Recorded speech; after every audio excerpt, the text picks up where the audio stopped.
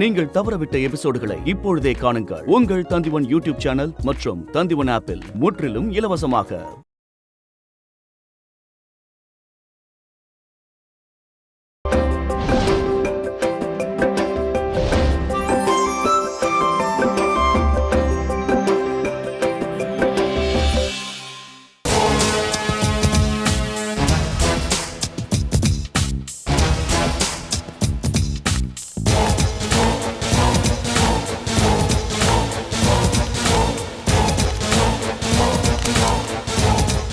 ஏமா பார்த்து எடுத்துட்டு போம்மா, இவ்வளவு கேர்லெஸ்ஸா இருக்க. இந்த Thank you sir.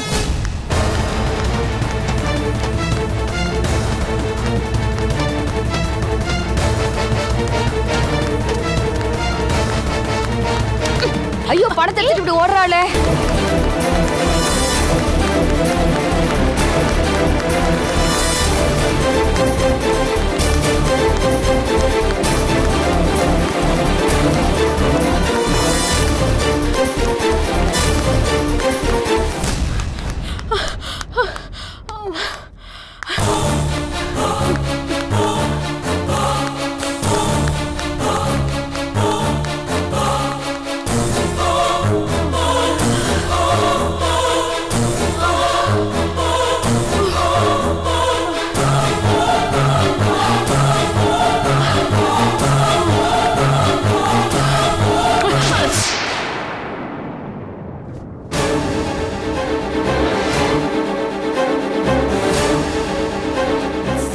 இனிமே உன்னால தப்பிக்கவே முடியாது.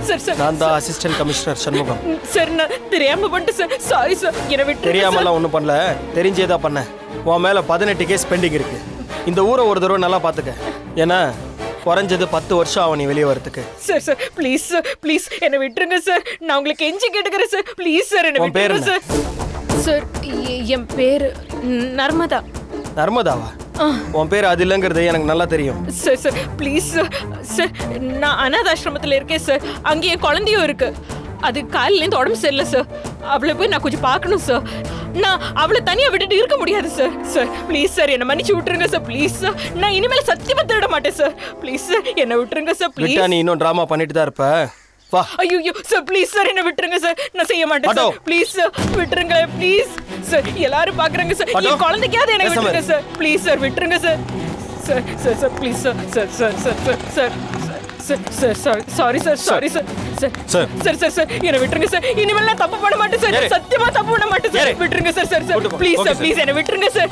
சார் கொஞ்சம் சொல்லுங்க சார். சார் சார் சார் கொஞ்சம் சொல்லுங்க ப்ளீஸ் ப்ளீஸ் சார். ஐயோ சார் நான் தப்பு பண்ண மாட்டேன் சார். சொல்லுங்க சார். நம்ம கார் வந்துட்டு சார்.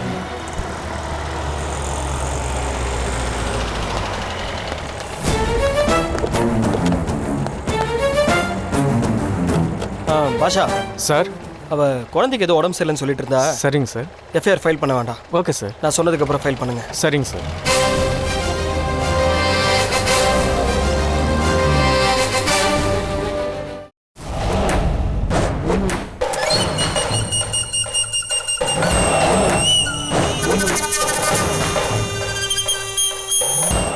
சஞ்சய், நான் சொன்னதெல்லாம் உனக்கு புரிஞ்சதில்ல? தெளிவாக புரிஞ்சுது சார். மகா வீட்டுக்கு வந்து சுதிக்கு நிச்சயதார்த்தம் பண்ணும்போது நீ தொழில் ஆரம்பிக்க ஒரு 20 லட்ச ரூபா வேணும்னு நீ கேட்கணும். கொடுக்க மாட்டேன்னு வெளியில அடிச்சு துரத்திட்டா? நான் உங்களை அடிச்சு துரத்திடுவேன். ஏய், உன் ஊத்தாவை வச்சுட்டு சும்மா இருக்கியா?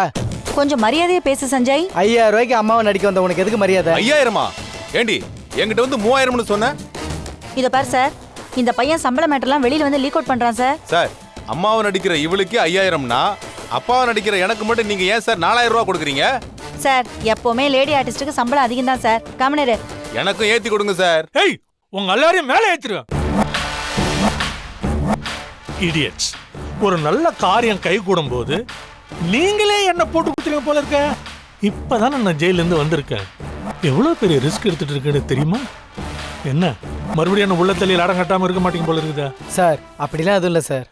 என்னை மாட்ட வச்சு உள்ள அனுப்பினீங்கன்னு வை, உங்க 3 பேரையும் கொலை பண்ணாம விட மாட்டேன். இல்ல சார், நாங்க அதெல்லாம் ஒழுங்கா நடிப்போம் சார். அதெல்லாம் விடுங்க, நான் சொல்றத கவனமா கேளுங்க. நீங்க மகா கிட்ட நல்லா நடிச்சீங்கன்னா அவ உங்க நடிப்பை நம்பினான்னு வைங்க. ஸ்ருதிக்காக அவ 20 லட்ச ரூபாய் கண்டிப்பா தருவா. அவ தந்துட்டானா தருவா. அந்த பணத்துல நீங்க 2 லட்ச ரூபாய் எடுத்து 3 பேரும் ஷேர் பண்ணிக்கணும். மீதி 18 லட்சம் ரூபாய என்கிட்ட கொடுத்துட்டு போயிடணும். ஓகே, இதுதான் நம்ம டீல்.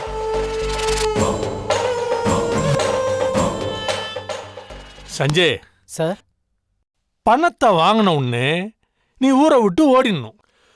தப்பி தவறி என் பொண்ணை கல்யாணம் பண்ணணும்னு ஆசைப்பட்டேன்னு வச்சுக்கோ, தொலைச்சு விடுவான். தொலைச்சு சே சார், ஏற்கனவே ஆந்திரா மும்பையில் எனக்கு 2 செட்டப் ரெடியா இருக்கு சார். அடப்பாவி, பாருடா. இந்த பாலை குடிமா, அப்பதானே உடம்புல தெம்பு இருக்கும்.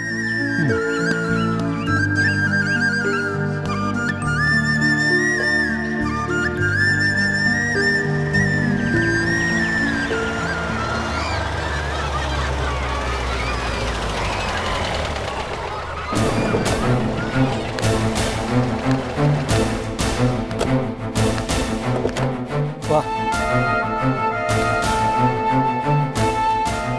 நான் ரிக்வெஸ்ட் பண்ணி கேட்டதுக்கு நீங்கள் என்ன போலீஸ் ஜீப்பில் கொண்டு வராமல் காரில் கூட்டிகிட்டு வந்ததுக்கு ரொம்ப தேங்க்ஸ் சார். சார், இன்னொரு சின்ன ரிக்வெஸ்ட். இங்கே இருக்கிறவங்களுக்கோ இல்லை என் குழந்தைக்கோ நான் ஒரு திருடிங்கிறது யாருக்குமே தெரியாது. சரி, இன்னொரு விஷயம் உங்ககிட்ட சொல்லணும். இங்கே இருக்கிறவங்க இந்த போலீஸ் வண்டி உங்களெல்லாம் பார்த்தாங்கன்னா ஏதாவது தப்பாக நினச்சிப்பாங்க. அதனால நீங்கள் தயவு செஞ்சு இந்த வண்டியை மட்டும் கொஞ்சம் வெளில பார்க் பண்ண சொல்கிறீங்களா சார்? உங்களை கையெடுத்து கும்பிட்டு கேட்டுக்கிறேன் ப்ளீஸ் சார். ஓவரா நடிக்காத. குழந்தைன்னு சொன்னதுனால தான் உன்னை ஜீப்பில் கூப்பிட்டு வராமல் காரில் கூப்பிட்டு வந்தேன். இங்கேருந்து தப்பிச்சு போனோன்னு பார்த்த கொன்னுடுவேன். வா. Okay sir. ம்.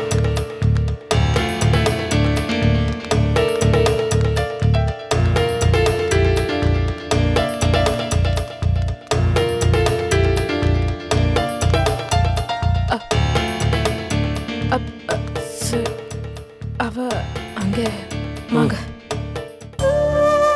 உனக்கு ஒன்றும் இல்லைம்மா, இன்னும் 2-3 நாள்ல எல்லாம் சரியா போயிடும். என்ன சரியா?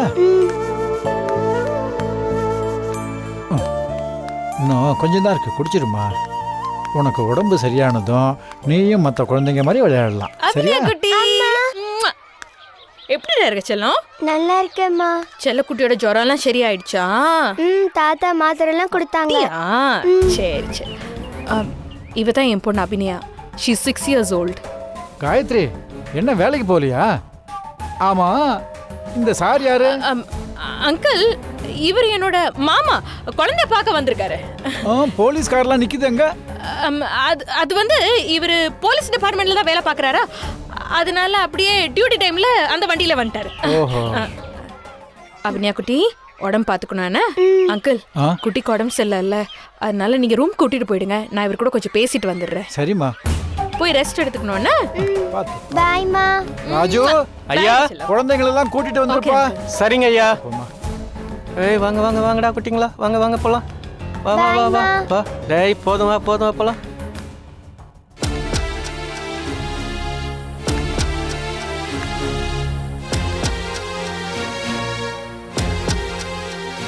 இப்போ நான் உன்னை நம்புறேன்.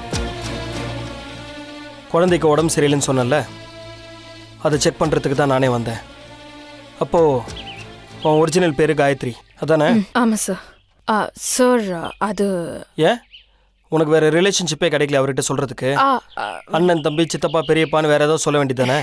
சார், சட்டுன்னு கேட்டோடனே எனக்கு வாயில் வேறு எதுவும் வரல சார். அதனால தான் நான் அப்படி சொல்லிட்டேன். சாரி சார், தப்பாக நினச்சிக்காதீங்க சார். சார், நானும் ஜெயிலுக்கு போயிட்டேன்னா என் குழந்தைய பார்த்துக்கிறது வேற ஆளே இல்லாமல் போயிடும் சார். அவளை பார்த்துக்கிறதுக்காக தான் நான் இந்த மாதிரி சின்ன சின்ன திருட்டெல்லாம் பண்ணி பழிச்சிட்டு இருக்கேன். செய்கிற தப்பை நியாயப்படுத்தாத சார். நான் செய்யற தொழிலில் என்னைக்காவது ஒரு நாள் நான் மாட்டிப்பேன்னு எனக்கு நல்லாவே தெரியும் சார். அதனால்தான் நானும் என் குழந்தையும் பணம் கட்டி இங்கே தங்கிட்டு இருக்கோம். அப்போ உன்னையும் உன் குழந்தைய விட்டுட்டு புருஷன் எங்கேயாவது ஓடிட்டானே? இல்லை சார், எனக்கு இன்னும் கல்யாணம் ஆகலை. கல்யாணம் ஆகலையா? அப்போ அந்த குழந்தை? என்னோட வயசான அப்பா அம்மாவை காப்பாத்துறதுக்காக நான் வாடகை தாயா இருந்து இந்த குழந்தைய பத்திக்கிட்டேன். வாடகை தாயா? ஆமாம் சார். கனடாவில் செட்டில் ஆன ஒரு NRI குடும்பம். அவங்க இந்தியா சுற்றி பார்க்கறதுக்காக வந்தாங்க. நான் உங்களுக்கு ஒரு டூரிஸ்ட் கைடாக இருந்தேன். அப்போ எனக்கு 19 வயசு. என் குடும்பம் ரொம்ப வறுமையில் இருந்தது. அவங்க என் கூட இருந்த கொஞ்ச நாளில் அவங்க ஊர் சுற்றி பார்க்கறதுக்காக மட்டும் வரல, அவங்க ஒரு குழந்தைய வாடகை தாய் மூலமாக பெற்றுக்கிறதுக்காக தான் வந்தாங்கன்னு தெரிஞ்சது. முதல்ல எனக்கு அந்த விதமான எந்த ஐடியாவும் கிடையாது. நான் உங்க கூட எல்லாம் ஹாஸ்பிட்டலுக்கு போயிட்டு வந்துட்டு தான் இருந்தேன். ஆனால் அவங்க நினைச்ச மாதிரி ஒரு பெண் அவங்களுக்கு கிடைக்கல. அப்பதான் எதேச்சியா அவங்க கவனம் என் பக்கம் திரும்பிச்சு. முதல்ல நான் மறுத்தேன்.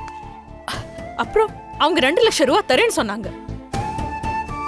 அப்போ அந்த நேரத்துல என் அப்பாவோட ஆபரேஷனுக்கும் அம்மாவோட மருந்து செலவுக்கும் எனக்கு அந்த பணம் ரொம்பவே தேவைப்பட்டுச்சு. அவங்க சொன்னபடியே நான் வாடகை தாயா மாறினேன். அப்போ அந்த குழந்தை இன்னும் உங்ககிட்ட எப்படி இருக்கு?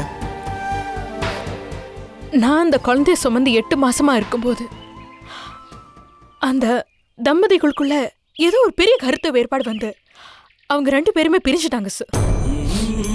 அவங்க 2 பேருமே கனடா திரும்பி போயிட்டாங்க. கடைசியில என் டெலிவரிக்கு முன்னாடி அவங்க என்கிட்ட பேசினாங்க. அந்த நாட்டுல கல்யாணம் பண்ணிட்டதுனால அந்த நாட்டோட சட்டப்படியே அவங்க டிவோர்ஸ் பண்ணிக்கிட்டு அவங்க வேற வேற கல்யாணம் பண்ணிட்டு தான் அப்புறமா எனக்கு தெரிய வந்தது.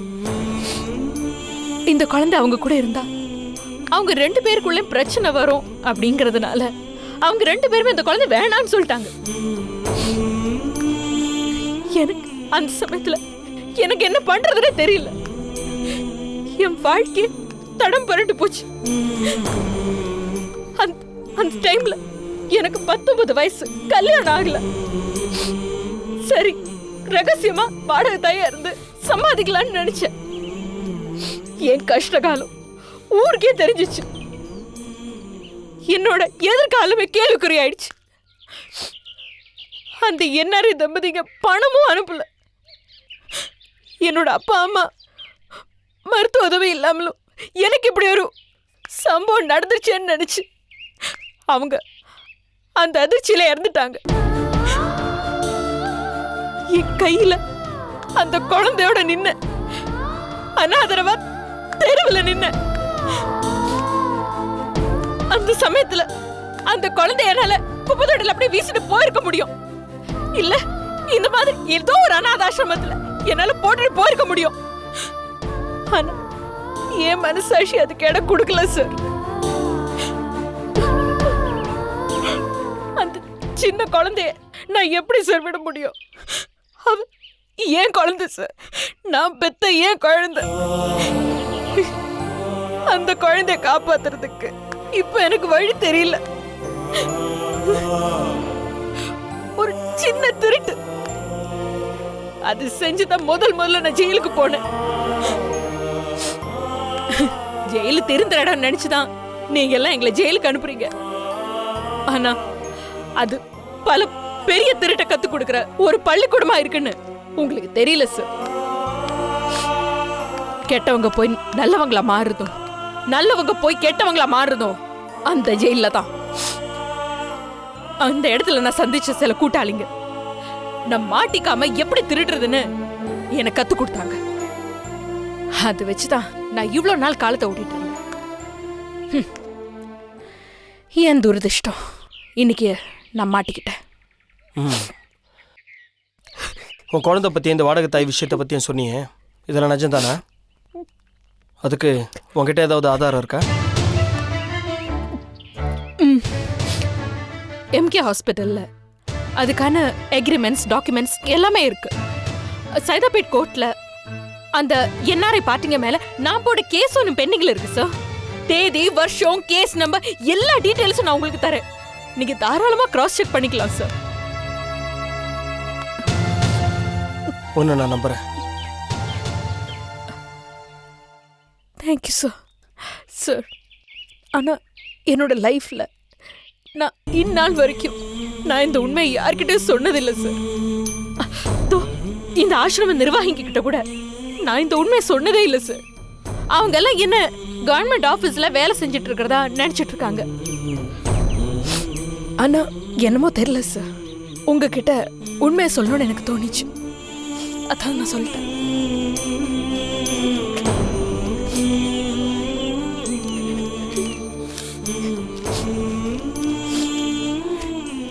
இந்தா சார் புடி. இது குழந்தையோட மெடிக்கல் எக்ஸ்பென்சஸ்க்கு வச்சுக்கோ. இனிமே திருடாத. உன்னை இன்னும் பிடிக்கலன்னு கமிஷனர் ஆஃபீஸில் எனக்கு ஏகப்பட்ட ப்ரெஷர் இருக்கு. வேற எங்கேயாவது திருட போய் எனக்கு இன்னொரு பிரச்சனை உண்டு பண்ணாத. சார், அப்போ police station, court, jail, case இதெல்லாம் நீ சொன்ன விஷயம்லாம் உண்மைனா நான் உனக்கு திருந்துறதுக்கு ஒரு சந்தர்ப்பம் தரேன். நீ மறுபடியும் திருட போகாமல் இருந்தா உன் கேஸ் ஃபைலை பெர்மனெண்ட்டாக க்ளோஸ் பண்ணுறதுக்கு நான் ஏற்பாடு பண்ணுறேன். சார். ம், அப்போ அது உன் கையில் தான் இருக்கு. ஒரு வாரம் உனக்கு டைம் தரேன். அதுக்குள்ளே நீ ஒரு நல்ல வேலையை தேடிக்கோ. அதுக்குள்ளே நீ சொன்னதெல்லாம் உண்மைதானாங்கிறத நானும் செக் பண்ணிக்கிறேன். Okay sir. ஆனா போலீஸ் புத்தி சந்தேகப்படாம இருக்காது இல்ல சார்? போலீஸ் புத்தி மட்டும் இல்லை, மனுஷ புத்தியை சந்தேகப்படுறது தானே. புள்ளியார் சில பால் குடிக்குதுன்னு சொன்னால் நம்புவான். இந்த பெஞ்சில் பெயிண்ட் அடிச்சிருக்க உட்காராதுன்னு சொன்னால் நம்பாமல் தொட்டு பார்ப்பான். சந்தேகப்படுறது தானே மனித உரிமை. என்ன சார் திடீர்னு என் மேல இவ்வளோ கரிசனம்? உன் மேலே இல்லை, உன் குழந்தை மேலே.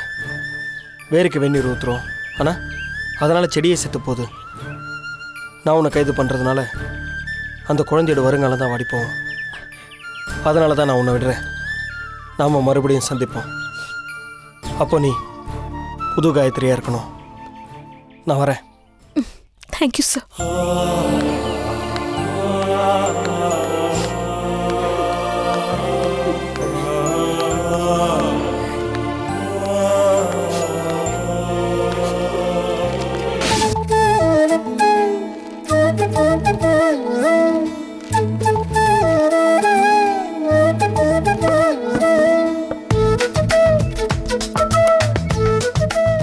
நீங்க ஏன் இதெல்லாம் பண்றீங்க?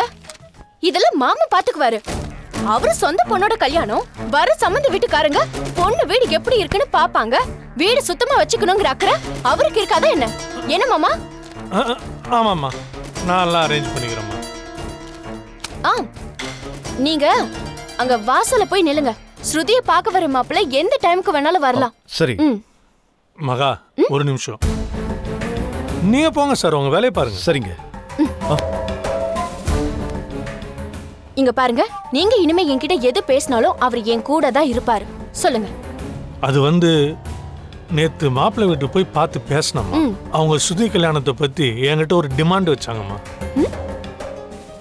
டிமாண்ட் வைக்கிற அளவுக்கு அவங்க வந்துட்டாங்களா? மகா, மாப்பிள்ளை வீட்டுக்காரங்கன்னா கொஞ்சம் பந்தா பண்ணத்தானமா செய்வாங்க. ஆமாமா, நீங்க சொல்லுங்க. அது சுதிக்கு நகை நட்டு வேணாமா. மாப்பிள்ளை ஒரு சொந்த தொழில் ஆரம்பிக்க போறாராம். அதுக்கு முதலீடு 20 லட்சம் தேவைப்படுதான். அந்த 20 லட்சம் வரதட்சணை கொடுத்தா போதுன்றாருமா. மாமா, இப்படி திடுதிப்புன்னு சொன்னா எப்படி? நான் கேட்டேனே, கேட்காம இருப்பனா? நல்ல வாக்குவாதம்லாம் நடந்ததுமா. கண்டிப்பா நான் தரமாட்டேன்னு சொன்னம்மா. ஆனா மாப்பிள்ளை உங்ககிட்ட கேட்கறேன்னு சொல்லிட்டாருமா. கௌரவமா தொழில் செஞ்சா சுதிக்கு தானே பெருமைன்னு அவங்க சொல்றாங்கம்மா. மாப்பிள்ளை குடும்பமும் நல்ல விதமா தெரிஞ்சதுமா. நானே தேடி இருந்தாலும் இந்த மாதிரி ஒரு நல்ல பையன் சுதி கிடைச்சிருக்க மாட்டாமா. தேங்க்ஸ் மாமா. அந்த 20 லட்சத்தையும் கொஞ்சம் கன்சிடர் பண்ணுமா? ஷூர் மாமா. மாப்பிள்ளை எனக்கு பிடிச்சு போச்சு. அவரு நேரடியாவே என்கிட்ட கேட்டா நான் மாட்டேன்னு சொல்லவே மாட்டேன். போதுமா? Are you happy now? ஹாப்பிப்பா, ஹாப்பி. மகா, இருந்தாலும் 20 லட்சம் ரூபா உடனே அரேஞ்ச் பண்றது கஷ்டம். தம்பி, மேட்ரு தான் முடிஞ்சு போச்சுல்ல. நீங்க என்ன பண்றீங்க? வாசல்ல போய் நின்னு மாப்பிள்ளை வீட்டுக்காரங்க வராங்களான்னு கொஞ்சம் போய் பாக்குறீங்களா? போங்க. சரி.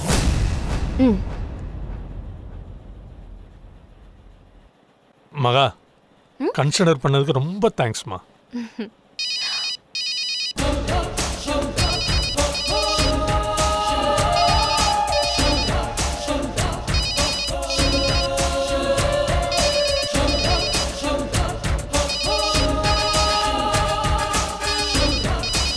வீட்டில் எங்கேயாவது ஒரு இடத்துல ஃபோன் பேச இடம் கிடைக்குதா? ஷோ, என்ன மாமா, ஃபோன் ரிங் ஆயிட்டே இருக்கு. இல்லம்மா, அத கூட பிக் பண்ணாம இங்க இருந்து அங்கேயும் அங்க இருந்து இங்கேயும் வாக் பண்ணிட்டே இருக்கீங்க. இல்லம்மா, ஃபோன்ல சிக்னல் அப்பப்ப விட்டு வருதுமா. அதான். அப்படியா? சில நேரம் அப்படிதான் மாமா, சிக்னல் ரொம்ப வீக்காவே இருக்கும். ட்ரை பண்ணுங்க, எங்கயாவது கிடைக்கும். சரி.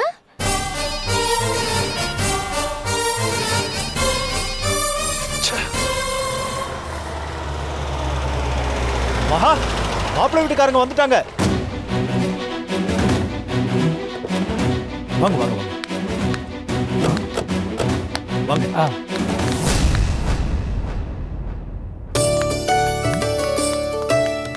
வாங்க. வாங்க வாங்க. வணக்கம்மா. வாங்க உட்காருங்க. வணக்கம். வாங்க. ப்ளீஸ். உட்காருங்க. டிராவல்லாம் எப்படி இருந்துச்சு? நல்லா இருந்துமா, சௌரியமா நல்லா இருந்துச்சு. இருந்துச்சு. மகா யாருமா இவங்க? என்ன மாமா இப்படி கேக்குறீங்க?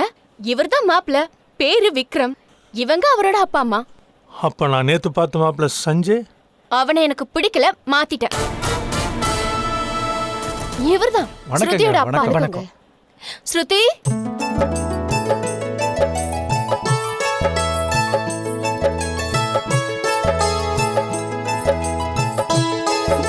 வா ஸ்ருதி, உட்காரு. வணக்கம். வணக்கம்மா. ஸ்ருதியோட அம்மா. வணக்கம். வணக்கங்க. வாங்க மாமா, நீங்க உட்காருங்க. உட்காருங்க.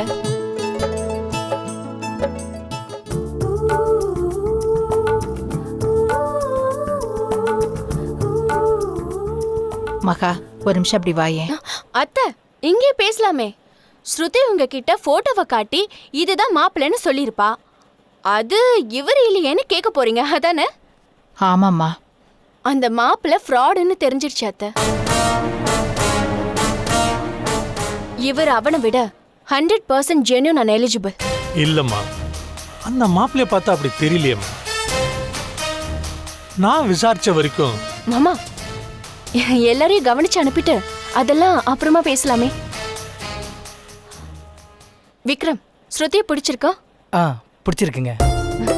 ஸ்ருதி, பிடிச்சிருக்கு மகா. Good, very good. So everything is settle. எப்போ எங்க எப்படி கல்யாணம்னு நான் முடிவு பண்ணிட்டு உங்களுக்கு சொல்லி அனுப்புறேன். அப்போ நாங்க கிளம்புறோம்மா. ஐயோ, காஃபி டிஃபன் எதுவுமே சாப்பிட. அடுத்த தடவை வரும்போது விருந்தே சாப்பிடுறோம். சரி, வரோம்மா. தேங்க்யூ. வரோம்மா. வாங்க.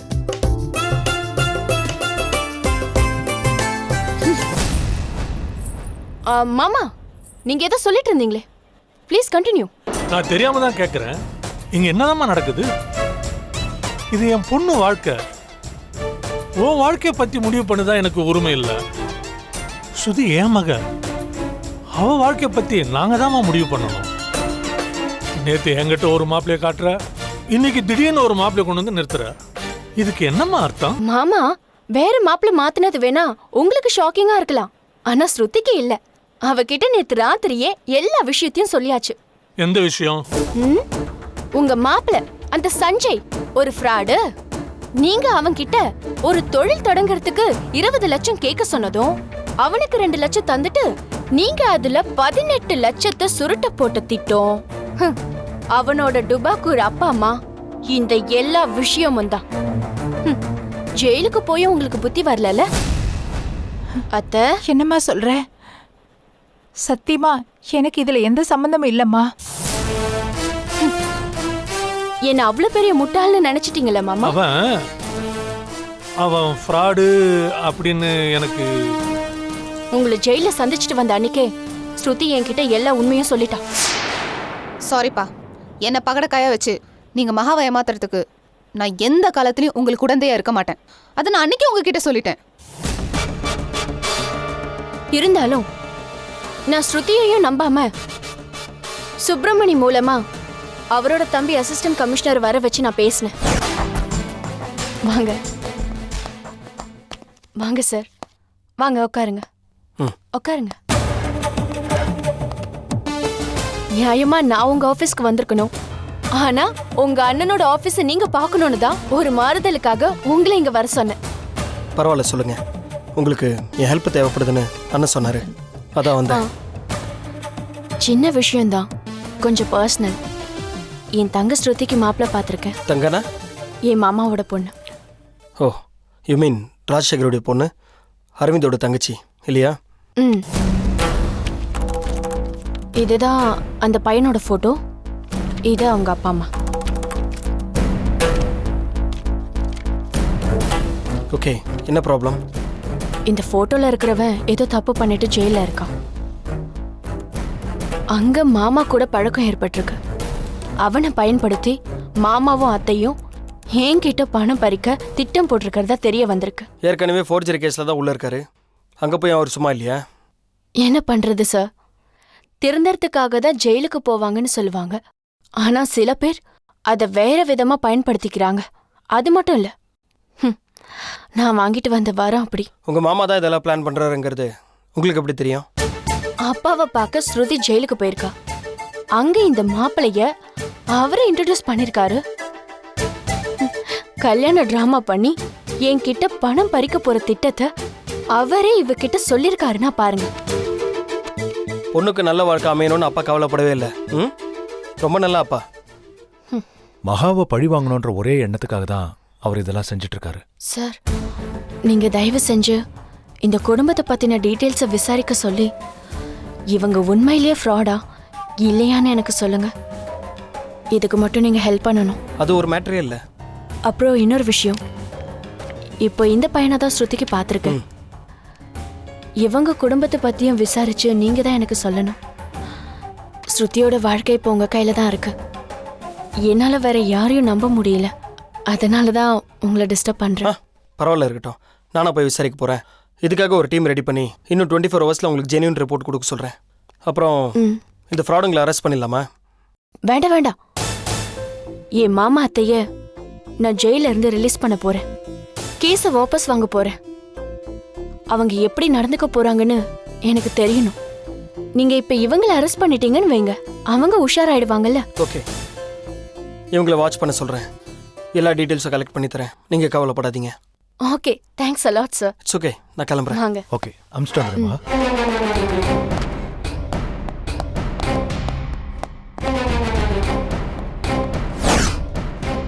நீங்க ஜெயில இருந்து வந்ததுல இருந்து நீங்க பண்ண ஃப்ராடு பித்தலாட்டம் எல்லாமே எனக்கு தெரியும் மாமா. ஏப்பா இப்படி பண்ணீங்க? நீங்க பண்ண பாவத்தினாலதான் அரவிந்த் சேத்தான். இப்ப என்னையும் பலி கொடுக்க எப்படி உங்களுக்கு மனசு வந்தது? உங்களை ஜெயில இருந்து விடுதலை பண்ண நான் மகா கிட்ட எப்படி எல்லாம் போராடினே தெரியுமா? எனக்கு அசிங்கமா இருக்கு, வெக்கமா இருக்கு. நீங்களாம் அப்பா அம்மாவா? இல்லம்மா, நான் ஏதோ ஒரு கோவத்துல. மாமா, ஸ்ருதி உங்க பொண்ணு. நீங்க எனக்கு வேணா கெட்டவரா இருக்கலாம், ஆனா உங்க சொந்த பொண்ணுக்கு என்ன கேரக்டர் நீங்க? என் கூட நீங்க நேரடியாவே மோதி இருக்கலாமே. வெற்றியோ தோல்வியோ நான் சந்தோஷமா அதை ஏத்திருப்பேன். ஆனா சொந்த பொண்ணு முதுகுல குத்தாதீங்க. அவளை ஏமாத்தணும்னு நினைச்சா நீங்க தான் ஏமாந்து போவீங்க.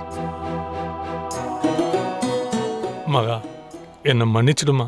இத பாருங்க, இந்த வார்த்தையை சொல்லி சொல்லி இந்த வார்த்தைக்கு அர்த்தம் இல்லாம பண்ணிடாதீங்க.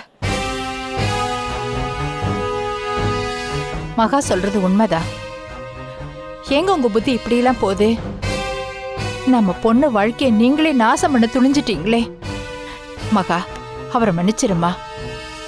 அவர் ஜாதகத்துல இப்ப 7.5 சனி நடக்குது. அதான் இப்படி அவர் போட்டு படுத்துது. ஏமா, சார் பண்ண தப்புக்கு ஏமா சனீஸ்வரன் மேல பழிய போடுறீங்க? பின்னேன்னு சுப்பிரமணி, உன் மேலேயா பழி போட முடியும்? நீ கொஞ்ச நேரம் பேசாம இரு. உங்க இஷ்டம். மகா, நான் கிளம்புறேன். ஒரு நிமிஷம் மணி. இத பாருங்க, இப்ப வந்த விக்ரம் தான் மாப்பிள்ள. அவரை தான் ஸ்ருதி கட்டிக்க போற. And this is final. கல்யாணம் எப்ப மகா? அது திடீர்னு நடக்கும். இனிமே நான் உங்ககிட்ட எதையும் சொல்றதா இல்ல. மணி, ஆபீஸ் போல வாங்க. வரே ஸ்ருதி.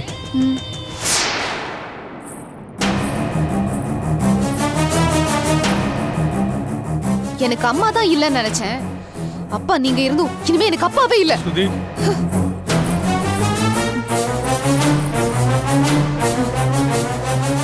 ஏங்க இப்படி எல்லாம் அவசரப்பட்டீங்க? நம்ம பொண்ணு கல்யாணம் முடியற வரைக்கும் கையும் காலையும் வச்சுட்டு சும்மா இருக்க மாட்டீங்களா? ஸ்ருதி போட்டோம். மகா கிட்ட தீர்க்க வேண்டிய கணக்கு நிறைய இருக்கு. அது அப்புறமா தீர்த்துக்கலாம். இந்த பேஜையும் அந்த பேஜையும் ஜெராக்ஸ் பண்ணிட்டு 2 பேஜையும் ஒண்ணா பின் பண்ணிடு. அந்த பேஜை இதோட சேர்த்து ஜெராக்ஸ் பண்ணிடு. ஜெராக்ஸ் பண்ணும்போது 2த்தையும் சேர்த்து கிளிக் பண்ணிடு. சரிம்மா. இல்லைன்னா கன்ஃபியூஸ் ஆயிடும். இந்த பேஜை விட்டுறாத. சரி. பூஜா, என்னம்மா என்னமோ ரொம்ப டல்லா இருக்க? ராத்திரி எல்லாம் குழந்தை தூங்கவே இல்ல அத்தை. எனக்கா தூக்கமா வருது. என்னால கண்ட்ரோல் பண்ணவே முடியல. நான் தூங்கி தூங்கி விழறேன். பாவம் ஜெயஸ்ரீ சித்தி தான் ராத்திரி பூரா தூங்காம குழந்தைய பாத்துக்கிட்டாங்க. இப்பதான் 2 பேரும் தூங்குறாங்க.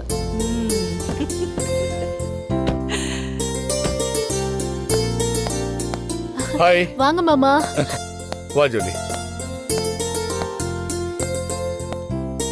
இது ஒரு புது தலைவலி. என்ன மாமா இன்னைக்கு எந்த கடைக்கு ஷாப்பிங் போயிட்டு வரீங்க? அன்னைக்கு பையோட வந்தீங்க, இன்னைக்கும் ஏதாவது பேக் கார்ல இருக்கா? என் சூட்கேஸ் கார்ல இருக்கு. அர்ஜென்ட்டா ஒரு கேஸ் விஷயமா நான் டெல்லி போய்கிட்டு இருக்கேன். என்ன திடீர்னு? டோன்ட் வரி, நான் எந்த புது கேஸும் எடுக்கிறதில்ல, பழைய கேஸ் தான். சுப்ரீம் கோர்ட் ஹியரிங் இருக்கு, அதனால நான் 1 வீக் அங்க போக வேண்டியது இருக்கு. நான் வர வரைக்கும் ஜூலி வீட்டுல தனியா எப்படி இருப்பா, அதனால கொஞ்ச நாளைக்கு இந்த வீட்டுல இருக்கட்டுமே. உனக்கும் குழந்தைய பாத்துக்க துணையா இருப்பா. இல்ல மாமா, அது வந்து இங்க ஏற்கனவே ஜெயஸ்ரீ சித்தி இருக்காங்க, நான் இருக்கேன், அமுதா, அப்புறம் அத்தை இருக்காங்க. இல்லம்மா, உள்ளத்தாச்சி பொண்ணு தனியா எப்படி இருப்பா? 1 வாரம் தானே, நான் வந்ததும் கூட்டிட்டு போயிடுறேன். என்ன தமிழரசி? சரி, தேங்க்யூ. தமிழரசி, நான் உங்ககிட்ட இன்னொரு விஷயமும் பேசணும். சொல்லுங்க. நம்ம சுப்ரீம் கோர்ட் லாயர் அசோக் தேசாயை தெரியும்ல?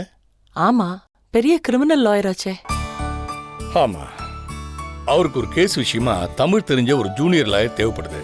நான் அமுதா பேரை ரெக்கமெண்ட் பண்ணியிருக்கேன்.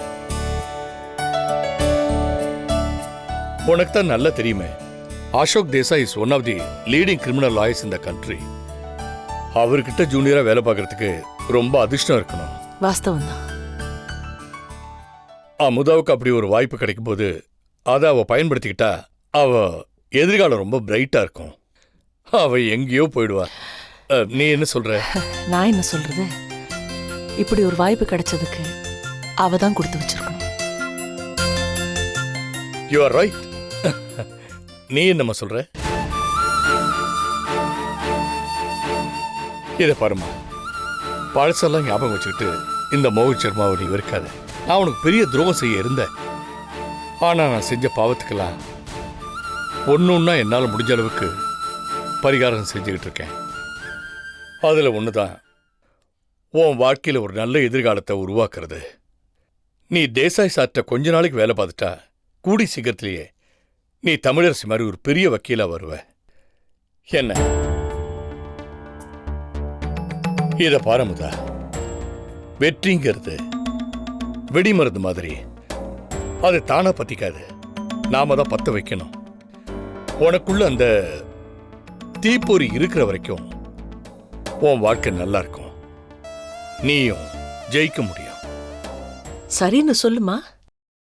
You are very lucky. சரிம்மா, என்ன ஆசீர்வாதம் பண்ணுங்கம்மா. God bless you. நீங்களும் என்ன ஆசீர்வாதம் பண்ணுங்கப்பா. நல்லா இருமா, நல்லா இருமா. All the best. நல்ல முடிவு எடுத்திருக்க. இப்போ 1 ஹவர்ல ஏர்போர்ட் கிளம்பிடுவோம். ரெடி ஆயிடு. சரிங்கப்பா. என் பேரன் அருள் செல்வன் எங்க? தூங்குறான் மாமா, எழுப்பட்டா? வேண்டாம் வேண்டாமா, அவனாவது நிம்மதியா எந்த கவலையும் இல்லாம தூங்கட்டும்.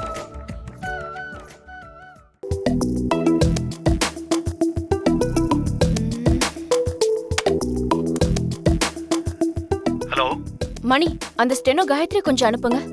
அர்ஜென்ட்டா பெங்களூர் கிளையண்ட்டுக்கு ஒரு லெட்டர் டிக்டேட் பண்ணணும். ஓகேமா.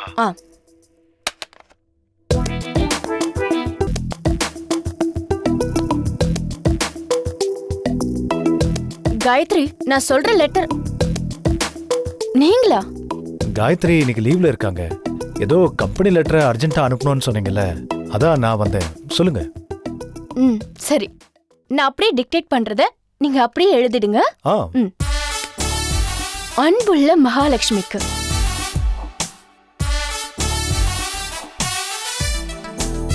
உன் ஆசையாத்தான் சுப்பிரமணி எழுதும். சுப்பிரமணி அன்புடன் எழுதும் காதல் கடிதம். எழுதுங்க மணி. என்ன விளையாடுறியா? ஏதோ அர்ஜென்ட்டா ஆபீஸ் லெட்டர் அனுப்பணும்னு சொன்னேன், அதனால தான் வந்தேன். will you please sit down? உட்காருங்க. ஒழுங்கு மரியாதையா வாயை திறக்காம நான் சொல்றதை எழுதுங்க. எழுதுங்களேன். அன்பே மகா. எழுது செல்லும்.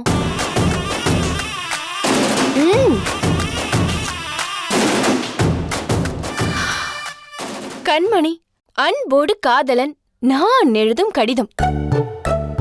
நீ அங்கு நலமா? நீ இன்று நான் இங்கு நலமில்லை. உன்னை பத்தி எழுத நினைக்கும் போது உள்ளுக்குள்ள எனக்கு அப்படியே பொங்குது. ஆனா உணர்ச்சி வசப்பட்டு நான் எழுதி அத படிச்சுட்டு நீ இன்னும் ஓவரா உணர்ச்சி வசப்படுவியோன்னு நான் நினைக்கும் போது எழுதுறீங்களா இல்லையா? சொல்லு, என்ன சொல்லணுமோ சொல்லு.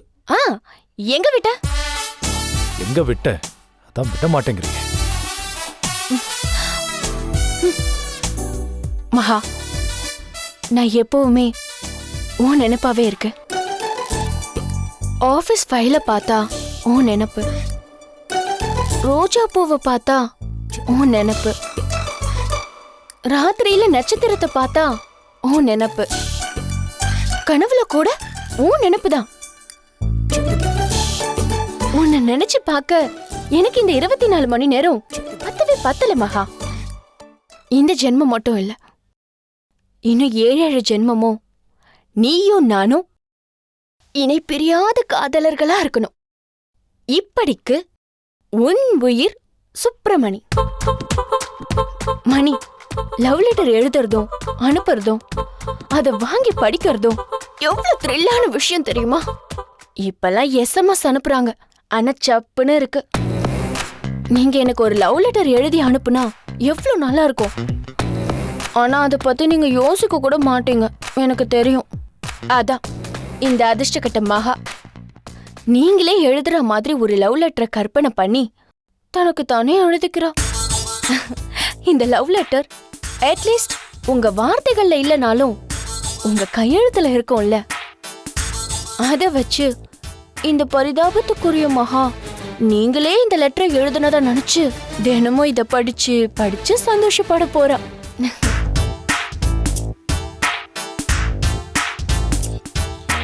டார்லிங், நான் லவ் லெட்டரை சொல்லி முடிச்சு 1/2 an hour ஆச்சு. இன்னும் என்ன எழுதிட்டு இருக்கீங்க?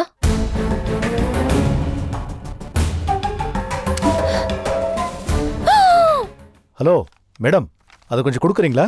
அதுல 107 தடவை தான் எழுதிருக்கேன். இன்னும் ஒண்ணு தான் பாக்கி. 108 முடிஞ்சிடும். கொடுங்க. எனக்கு ரொம்ப நாளா ஒரு ஆசை இருந்துச்சு, ஸ்ரீராம ஜெயம் 108 தடவை எழுதணும்னு. அது இன்னைக்கு தான் நிறைவேறுது. என்னங்க? ஸ்டூபிட்! உங்களுக்கு எவ்வளவு தைரியம் இருந்தா நான் எவ்வளவு ஆசையா லவ் லெட்டர் எழுத சொன்னா நீங்க 108 தடவை ஸ்ரீராம ஜெயம் எழுதுவீங்களா? நீங்க செய்ய சொன்னது பாவ காரியம், நான் செஞ்சது புண்ணிய காரியம். நியாயமா பார்த்தா நீங்க தான் என்ன புகழணும். என்ன நீங்க லவ் பண்றதுதான் வெளியவும் சொல்லாம என்கிட்டயும் சொல்லாம மறைக்கிறீங்க. அட்லீஸ்ட் ஒரு லவ் லெட்டர் எழுதி கொடுத்தாதான் என்னவா குறைஞ்சா போயிடுவீங்க. போலி டாக்குமெண்ட் வச்சா என்ன மிரட்டுற? அதே நான் லவ் லெட்டர் எழுதி கொடுத்தா ஊரெல்லாம் போஸ்டர் அடிச்சே ஒட்டிடுவேன். ஏன் மவுண்ட் ரோட்ல ஒரு பெரிய பேனரே வைப்பேனே. நான் லவ் லெட்டர்னு எழுதினா அது என் பொண்டாட்டி இளவரசிக்கு மட்டும்தான். இன்னும் கொஞ்ச நாளைக்கு தான் நீங்க இளவரசிக்கு சொந்தம். ஸ்ருதி கல்யாணம் முடியட்டும், அடுத்து நம்ம கல்யாண வேலையில இறங்க வேண்டியதான். மகா, திரும்ப திரும்ப சொல்றேன், நான் கல்யாணம் ஆனவன். என்கிட்ட நீ இப்படி பேசுறதும் பழகிறதும் தப்பு. உனக்கு வேற யாரும் இல்லைங்கிற பச்சாதாபத்திலையும் பரிதாபத்திலையும் தான் நான் உன் கூட பழகிட்டு இருக்கேன். ஆனா கொஞ்ச நாளா, அதுவும் நீ சிங்கப்பூர் போயிட்டு வந்ததுல இருந்து உன் டார்ச்சர் தாங்கவே முடியல. உன் நல்லதுக்காக தான் சொல்றேன் மகா, உன் பாதையை மாத்திக்கோ. All my roads leads to money. என் பாதைகள் அனைத்தும் மணியிடம் சென்றே முடிகின்றன. நானும் உங்க மேல அன்பு வச்சிருக்கேன். எனக்கு தெரியும் நீங்களும் என் மேல அன்பு வச்சிருக்கீங்க. அப்புறம் என்ன மணி, அந்த அன்பு தான் காதல். மகா, அன்புங்கிறது வேற, காதல்ங்கிறது வேற. ஒரு கல்யாணமான ஆம்பளை கிட்ட நீ இப்படி பழகிறது பேசுறது அன்பும் கிடையாது, காதலும் கிடையாது. இது தப்பு. என்ன தப்பு? என் மனசாட்சி சுத்தமா தான் இருக்கு. அப்ப அந்த மனசாட்சி படு மட்டமா ரொம்ப கேவலமா வேலை செஞ்சுட்டு இருக்குன்னு அர்த்தம். அத முதல்ல கரெக்ட் பண்ணிக்கோ. மனசாட்சி சுத்தம் இல்லாதவன் மனுஷனே கிடையாது.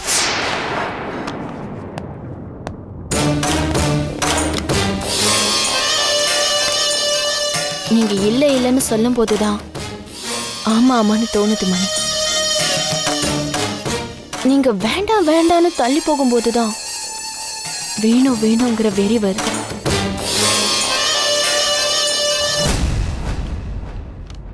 என்னை என்னால கண்ட்ரோல் பண்ணிக்கவே முடியல. ஆனா இந்த மகா வாழ பிறந்தவ வாழ்ந்தே தீருவா. நான் கரெக்ட் பண்ண வேண்டியது என் மனசாட்சியே இல்ல, உங்களை.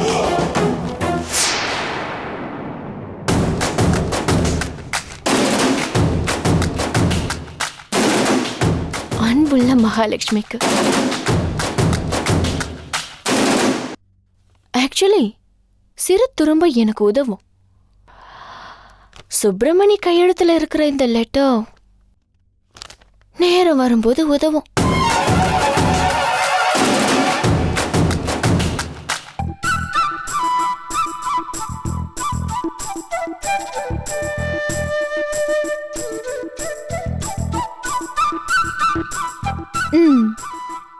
என்னம்மா சல்யூட் எல்லாம் பலமா இருக்கு? என்னங்க அது ஒரே உங்களை பார்த்து சல்யூட் அடிக்குது, நான் அடிக்க கூடாதா? சல்யூட் எல்லாம் ஒழுங்கா தான் வைக்கிற, ஆனா வத்த குழம்பு தான் ஒழுங்கா வைக்க மாட்டேங்கிற. என்னங்க இப்படி சொல்றீங்க? நான் வத்த குழம்பு நல்லா வைக்கிறது இல்லையா? சும்மா தான் சொன்னேன், சல்யூட்டை தான் ஒழுங்கா வைக்கல. அம்மா என்னது? ஸ்வெட்டர். யாருக்கு? பொறுக்க போற நம்ம குழந்தைக்கு. என்னம்மா சொல்ற? பசுமாடே இன்னும் வாங்கல, அதுக்குள்ள பால் கணக்கா? ஏங்க உங்களுக்கு புரியுற மாதிரி ஒன்னு சொல்லட்டா? நம்ம நாட்டுல எத்தனை சட்டம் இருக்கு? அது சிவில் கிரிமினல்னு நிறைய இருக்கு. அந்த சட்டம்லாம் யாருக்காக இருக்கு? தனிப்பட்ட முறையில் யாருக்காகவும் இல்ல, பொதுவா இருக்கு. ஒரு கிளிட்டர்ஸ்க்காகவோ ஒரு கணேசமூர்த்திக்காகவோ ஒரு ரவிக்காகவோ தனிப்பட்ட முறையில சட்டம் இல்ல, பொதுவா இருக்கு. அப்படிதானே? அதாவது சட்டம் இப்பவே இருக்கு, ஆட்கள் அப்புறமா வருவாங்க. அப்படிதானே? இந்த ஸ்வெட்டரும் அப்படிதான். இப்போ ஸ்வெட்டர் இருக்கு, அப்புறமா குழந்தை வரும். எப்படி நம்ம விளக்கும்? உங்க அம்மா கூட ரொம்ப சேராத ஜெயந்தி. ஏங்க ரொம்ப வளர்ற? சரி, உனக்கு ஒரு குட் நியூஸ். குட் நியூஸா? என்னது? ஸ்வெட்டரை சீக்கிரம் பின்னி முடி. அப்படின்னா வாடகை தாய் கிடைச்சாச்சு. ஐயோ!